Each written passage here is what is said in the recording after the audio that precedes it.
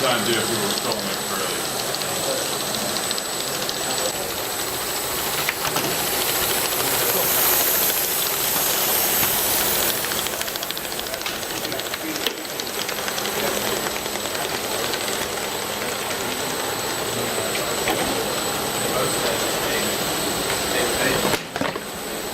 Hello, my name is Roman Scicchitano, and this is my project for Robotics and Automation here at Pennsylvania College of Technology. Great. And here were my partners on the project, Logue and Thomas Koren.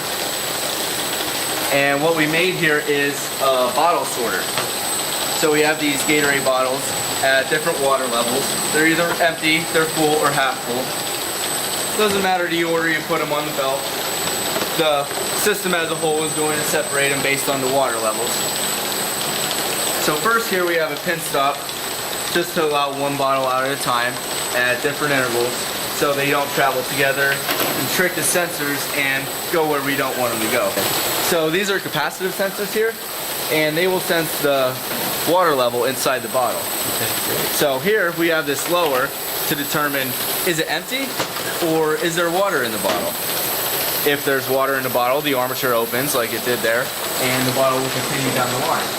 If it's empty and there's no water at the lower level, the armature will stay closed and the bottle will continue over there where the robot will pick it up. So this is half full here? Yep, that's a half full bottle.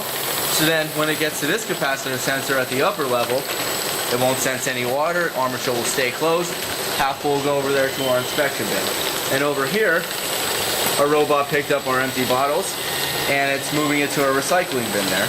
And over here we have a proximity sensor on the other side that allows the robot to go into a sequence to pick up the bottle and move it to its recycling bin. And we have a pin over there as well that's always out, so the bottles always come there and stay in position. A reflective sensor to cut off the robot's movement of the base to bring it back to the same location every time to properly pick up the bottles.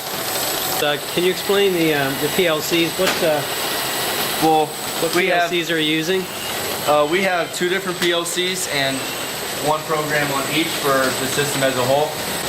Okay, so this is the conveyor controller here.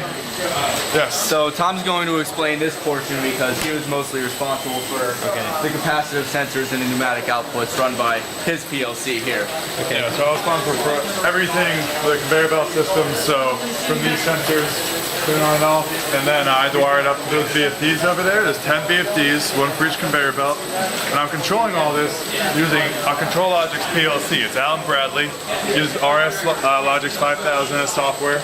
It's ladder logic, and I wired all these up myself, so they're going into different relays and inputs. And basically, they use the sensor, capacitive sensor, as an input, and then they control through the software where your outputs are going to be. So you can have one input control 50 outputs or just one. Right. So it's very versatile. You can basically change the software easily to match whatever you need to do. Okay, awesome. Okay, so over here at the other PLC, this controls the robot, right? Excuse me. Okay, so sorry. Roman, you want to explain your robot PLC?